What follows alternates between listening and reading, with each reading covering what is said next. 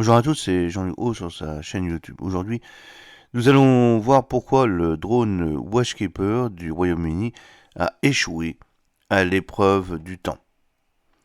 La décision du gouvernement britannique d'envoyer ses drones Watchkeeper en retraite anticipée marque une fin ignominieuse pour un effort autrefois ambitieux visant à renforcer les capacités de renseignement, de surveillance, d'acquisition d'objectifs et de reconnaissance ISTAR aéroportée de l'armée britannique. En annonçant cette étape parmi un ensemble de mesures de démantèlement des trois services le 20 novembre 2024, le secrétaire d'État John Healey a déclaré que 46 véhicules aériens Watchkeeper seraient retirés du service en 2025 tout en les décrivant comme des drones militaires vieux de 14 ans que la technologie a dépassés. Nous nous débarrassons de Watchkeeper parce que ce système est en service depuis 2010 et selon tous les chefs militaires, il est obsolète, a donc ajouté le ministre d'État Lord Keeper à la Chambre des Lords le 25 novembre 2024. La guerre en Ukraine a montré que nous devons le remplacer par quelque chose d'autre, a-t-il ajouté. Les défauts potentiels perçus pourraient inclure la faible altitude opérationnelle du type. Il vole à un maximum d'environ 15 000 pieds. Le bruit des moteurs, la vulnérabilité aux tirs ennemis et l'empreinte logistique considérable pour le déploiement et l'exploitation. Le type n'est pas non plus équipé d'armes avancées par voie aérienne.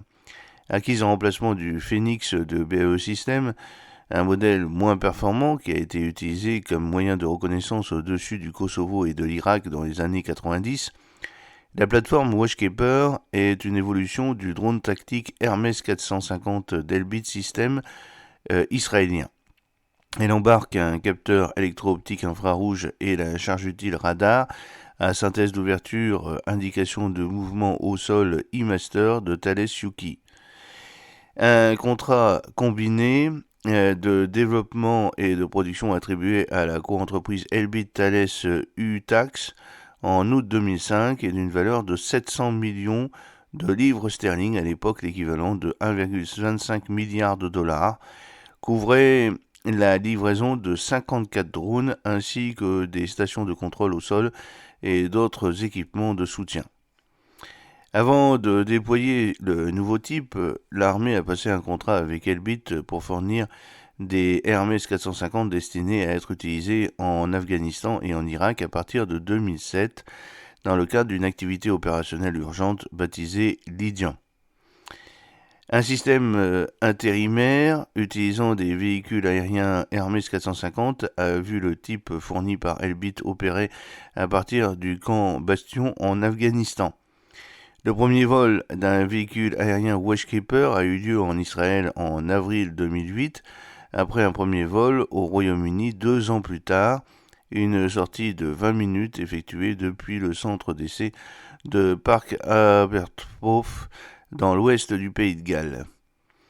En raison de retard dans le programme, le système n'a été déployé en Afghanistan qu'en avril puis septembre 2014. La pleine capacité opérationnelle a été déclarée en novembre 2018 et une autorisation de mise en service complète a été délivrée en avril de l'année suivante. Des déploiements supplémentaires comprenaient des opérations depuis l'île de l'Ascension et le type a également été utilisé en soutien au service de contrôle des frontières du Royaume-Uni à la fin de l'année 2020.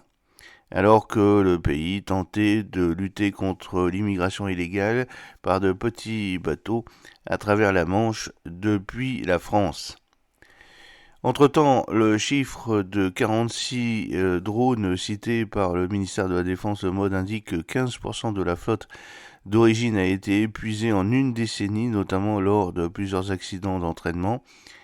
Plus récemment, l'armée a déployé des Watchkeeper et plus de 60 soldats en Estonie pour participer à l'exercice Athena Shield, avec des sorties aériennes depuis près de l'aéroport de Pärnu, dans le sud du pays.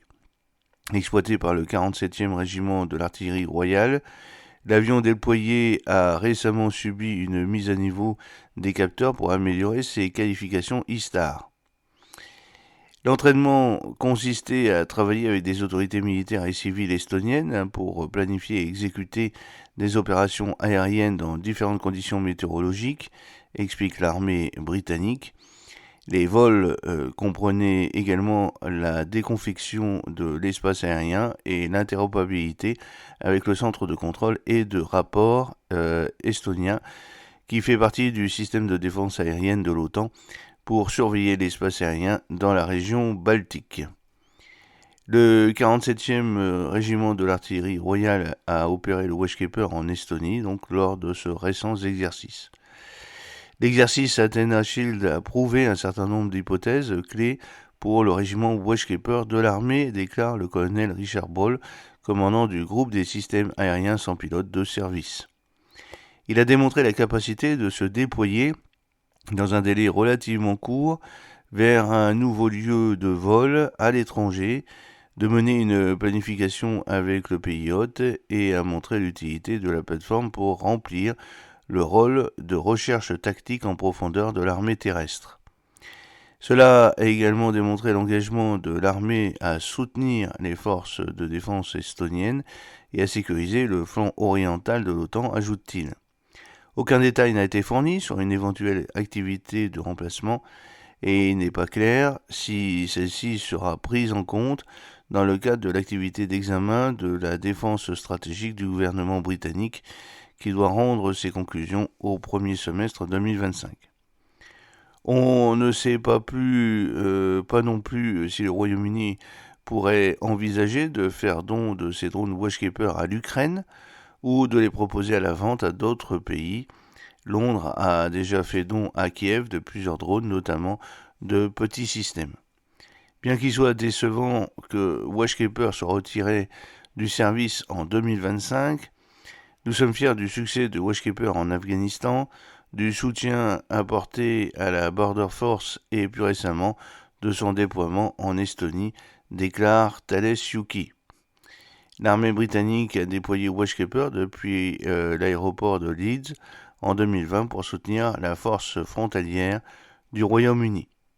Thales continue de travailler avec le ministère de la Défense britannique sur le développement de la prochaine génération de systèmes autonomes sans pilote dans tous les domaines, et Watchkeeper a fourni des enseignements précieux qui peuvent être mis à profit dans les programmes futurs, ajoute-t-il.